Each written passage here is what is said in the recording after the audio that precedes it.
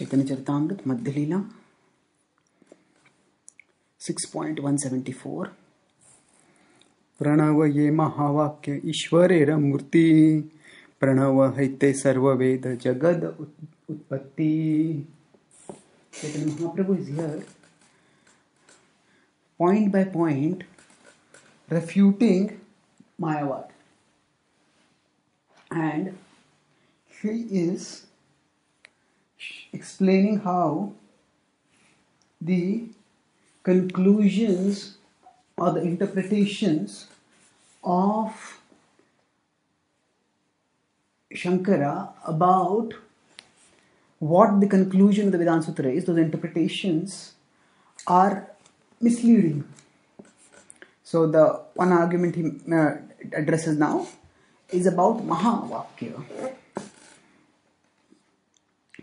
Shankaracharya, in his attempt to try to bring about an harmony within the teachings, within the various statements of Shruti, of the Upanishads, had to adopt some hermeneutical strategy to do away with the statements which did not agree with his philosophy.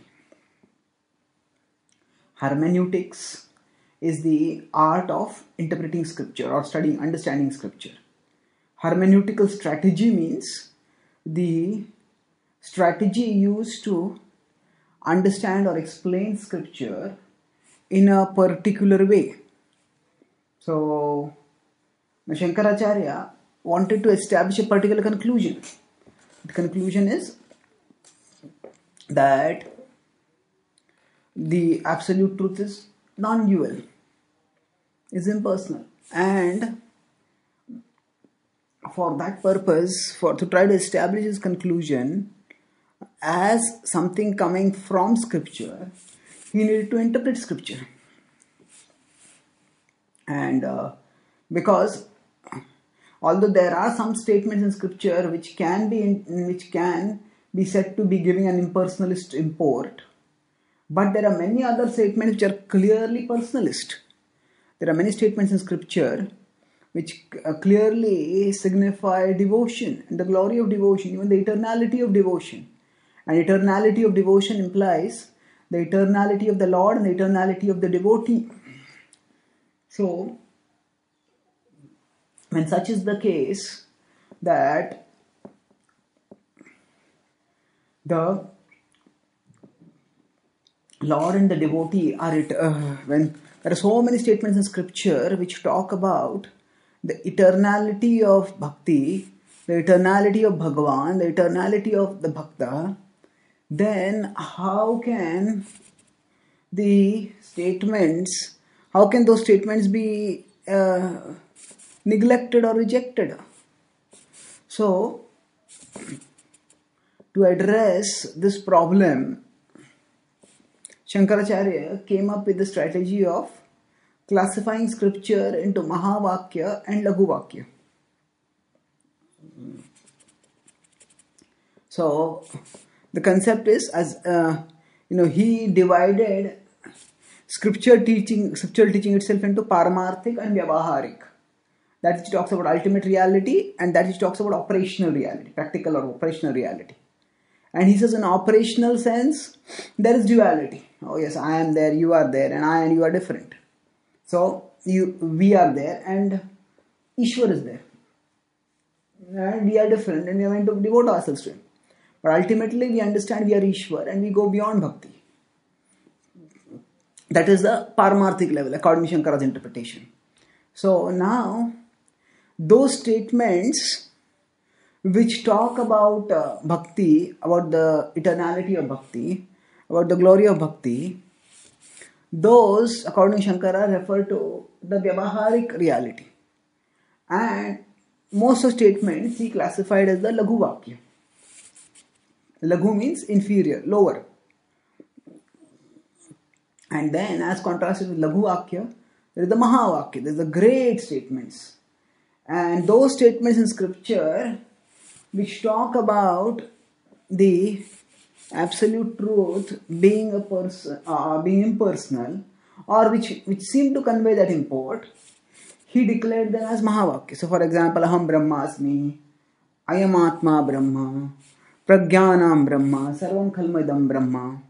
So he selected some statements like that and he declared that these are the maha-vakya. Maha-vakya means these are the ultimate truth. These are the supreme truth. And his idea is that all of scripture should be interpreted in such a way that the truthfulness of these statements is maintained always. And that begs the question, how can such truthfulness be maintained if the concept of the absolute truth is itself repeatedly talked in scripture as being personal? Yes, scripture does contain some impersonal references, but scripture also contains an overwhelming number of personal references too. So how can scripture be interpreted to say that it teaches impersonalism? So for that purpose, Shankara said that actually the impersonal statements which give the impersonal conclusion or support the impersonal conclusion, that sort of statements he shortlisted and called the maha-vakya, and everything that contradicts this he called as laghu-vakya. So now Ramanujacharya in his Sri Bhashya commentary, as well as in his various other works in which he critiques Advaitavad, there he argues, what is the basis for classifying scripture like this into maha-vakya and laghu-vakya? Because it is very self-serving. Whichever statements gel with one's own philosophy, one may call them as maha-vakya, and those which don't gel with philosophy, one just rejects them as laghu-vakya. And in that way, rather than letting scripture speak for itself, we impose our conclusion on scripture and thus silence the voice of scripture from reaching the world for benefiting the world. So now in the sadhaka's practice of spiritual life, it is vital that the sadhaka understand the eternality of Ishwar, because only that understanding can inspire sadhaka to beg for the shelter of the eternal, to beg for the shelter of the Supreme Brahman, and to get that shelter and thus be protected from the forces of illusion. But when personalism makes that Brahman, who is the source of all shelter, into an illusion, whom is no longer the source of shelter, but is simply an illusion that needs to be transcended. And in that way, it ends up committing great damage to the spiritual prospects of most souls.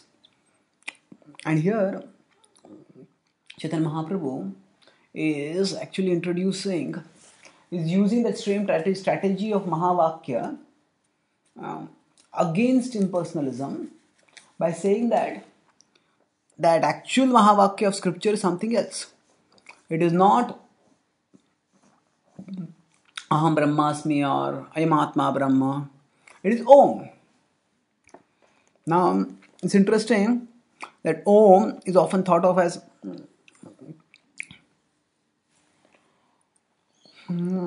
conveying an impersonal import.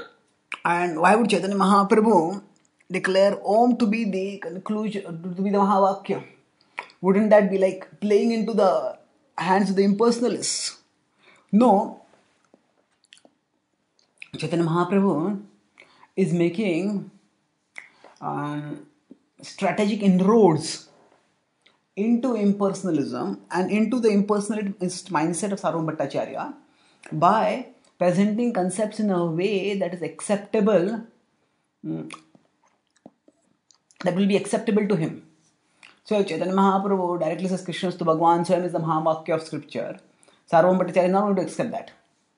But if you say that Om is the import, okay. Yeah, because that will make much greater sense, because the word Om occurs far more frequently in scripture than does Aham Brahmasmi or Ayam Atma Brahma or any of the other statements. And then after that, he will go forward and he will say that Om, what it actually signifies. And gradually, step by step, Chaitanya Mahaprabhu is going to launch his attack on impersonalist interpretations of Vedanta and established a personal conclusion. In this particular verse, his strategy of turning the maha-vakya strategy back on the impersonalists is being unfolded. We'll see how this strategy is deployed in the future verses. Thank you.